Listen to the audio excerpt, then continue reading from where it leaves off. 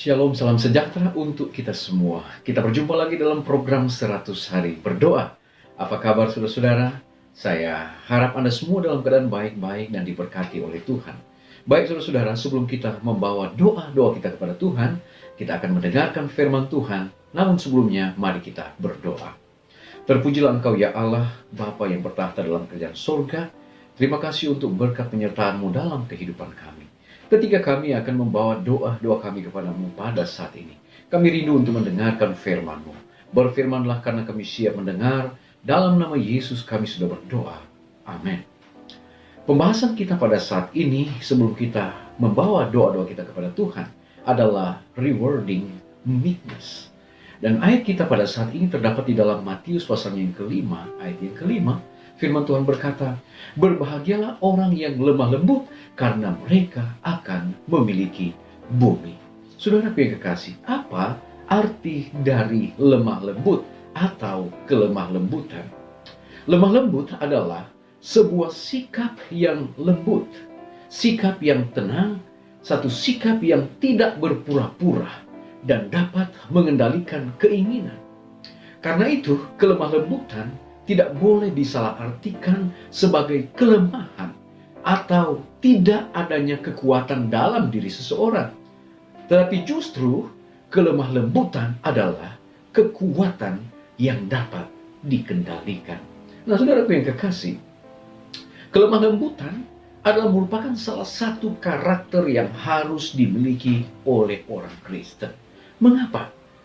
Oleh karena kalau kita memiliki roh kelemah lembutan, kita dapat menahan diri, kita dapat menguasai akan setiap ego kita, sehingga di dalam setiap tindakan perilaku yang kita lakukan, baik di dalam ruang lingkup keluarga, masyarakat, atau di tempat di mana kita berada, kita bisa menahan diri. Kita bisa menahan diri, bisa mengendalikan emosi, dan bisa mengikuti apa yang Yesus telah teladankan ketika dia berada di atas dunia ini. Orang yang lemah lembut adalah orang yang sesungguhnya memiliki kekuatan atau kelebihan, namun dapat menguasai diri dan dapat mengontrol kekuatannya.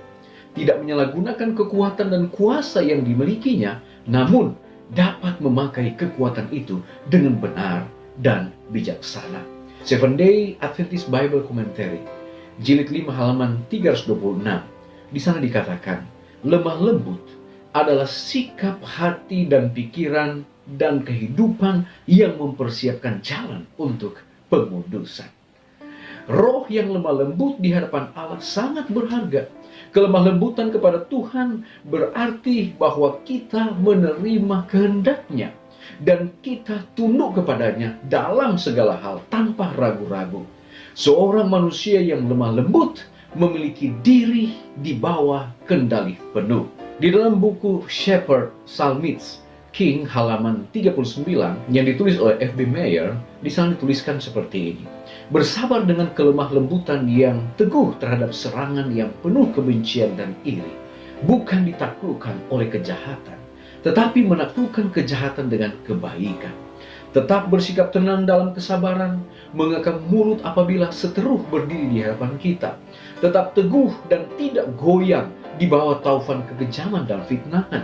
Hal-hal ini akan berlaku hanya pada diri orang yang di dalam hatinya roh yang kelihatan seperti merpati itu, dan orang-orang inilah yang menjadi pahlawan perang. Suatu kenyataan yang luar biasa tampak pada hari itu, bahwa orang yang paling lemah lembut pada saat ditantang untuk berperang, orang yang menunjukkan kelemah lembutan tersebut sesungguhnya adalah tanda keperkasaan. Luar biasa saudara. Kutipan ini memberikan satu penekanan bahwa apabila kita hidup di dalam kelemah lembutan, hidup di dalam kesabaran, hidup di dalam tantangan, dan memiliki kekuatan untuk menghadapi kekejaman dan fitnahan, hadapi itu dengan lemah lembut, maka itulah merupakan satu tanda keperkasaan. Saudaraku yang kekasih, pertanyaannya adalah, apakah Anda akan meminta Yesus untuk mengambil keinginan Anda yang sombong, untuk mengambil akan kehidupan Anda yang ambisi, dan juga berpusat pada diri sendiri. Ketika Anda merenungkan hal tersebut, menjadi satu tantangan untuk kita saat ini. Maukah Anda meminta Dia untuk menggantikan dengan kelemah lembutan dan hidup sesuai dengan apa yang Yesus inginkan? Kalau itu yang menjadi pilihan Anda, mari kita hidupkan satu kehidupan yang lemah lembut. Oleh karena Matius pasal yang kelima ayat 5 berkata, berbahagialah orang yang lemah lembut, karena mereka akan memiliki bumi. Tuhan Yesus memberkati kita. Saudara-saudara, saat ini kita akan datang pada doa, dan seperti biasa ada beberapa pokok doa yang kita akan doakan. Yang pertama, kita berdoa agar Yesus membuat Anda rendah hati dan lemah lembut. Yang kedua, kita berdoa untuk anggota-anggota kita di Uganda yang terkena dampak banjir bandang yang menyebabkan kehilangan harta, bahkan ada yang kehilangan nyawa. Kita juga berdoa untuk guru-guru Advent di seluruh dunia karena banyak menghadapi kesulitan keuangan oleh sebab pandemi COVID-19. Dan yang terakhir, kita berdoa bagi kaum muda atau orang-orang muda kita untuk menyadari pentingnya melayani Tuhan, bukan dunia. Baik saudara-saudara, mari kita satukan hati kita. Kita berdoa. Bapa di sorga, terpujilah Engkau ya Tuhan untuk berkat yang kami rasakan saat ini.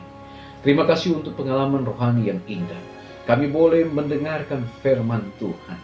Berbahagialah orang yang lemah lembut, oleh karena mereka lah yang empunya bumi. Bapa di sorga, biarlah firman ini boleh menjadi berkat kekuatan bagi kami. Sesungguhnya roh kelemah lembutan, kesabaran, penguasaan diri, saat mana kami praktekkan dalam kehidupan kami, sesungguhnya itu menunjukkan keperkasaan dan kekuatan yang ada dalam kehidupan kami. Ajarlah kami untuk hidup lemah lembut, dan biarlah dengan pertolongan Tuhan kami boleh menjadi pribadi-pribadi yang boleh menghidupkan roh kelemah lembutan dimanapun kami berada. Bapa di sorga, kami mau berdoa Tuhan untuk pokok-pokok doa saat ini. Kami berdoa biarlah Tuhan akan memberikan pada kami roh lemah lembut, memberikan satu kehidupan yang mau mengikuti akan apa yang Yesus teladankan. Oleh karena ketika kami hidup dengan rendah hati dan lemah lembut, maka kami boleh menjadi pribadi-pribadi yang boleh menjadi berkat dimanapun kami berada. Kami berdoa untuk umat-umat Tuhan yang berada di Uganda, oleh karena mereka ditimpa dengan bencana banjir bandang beberapa waktu yang lalu. Tuhan, Engkau kiranya berkati umat-umat Tuhan di sana. Tolonglah mereka agar mereka boleh mendapatkan berkat perlindungan Tuhan. Ketika mereka kehilangan harta, bahkan ada yang kehilangan orang-orang yang mereka kasihi, biarlah Tuhan akan tolong. Tuhan akan bantu mereka, memberikan kekuatan penghiburan, bahkan Tuhan akan memenuhi apa yang menjadi kebutuhan mereka saat ini. Bapa di dalam kerajaan surga, kami juga mau berdoa Tuhan untuk para guru, khususnya guru-guru honor yang berada di seluruh dunia. Tuhan akan berkati mereka agar kiranya Tuhan akan mencukupkan kebutuhan-kebutuhan mereka. Bahkan banyak di antara mereka yang menghadapi kesulitan keuangan. Tuhan kiranya berkati. Berkat Tuhan dicurahkan untuk mereka. Cara Tuhan yang indah akan memenuhi semua kebutuhan mereka. Dan Bapa di sorga, kami mau berdoa biarlah Tuhan orang-orang muda yang berada di kalangan gereja Masa Tuhan ke-7 di seluruh dunia. Tolonglah mereka untuk mereka bisa memikirkan Kristus, melayani Kristus, bukan dunia ini. Biarlah mereka boleh hidup sebagai tiang-tiang penjuru dari gereja kami.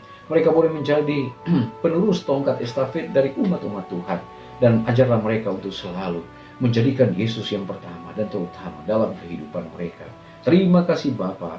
Inilah menjadi doa dan permohonan kami. Ampuni dosa dan kesalahan kami. Doa ini kami bawa di dalam nama Yesus yang menjadi Tuhan dan Juru Selamat kami. Amin. Baik saudara-saudara, pertemuan kita saat ini untuk 100 hari berdoa telah selesai. Kita akan jumpa lagi pada besok hari. Mari berdoa, kita tidak berdoa sendirian. Tuhan Yesus memberkati. Amin.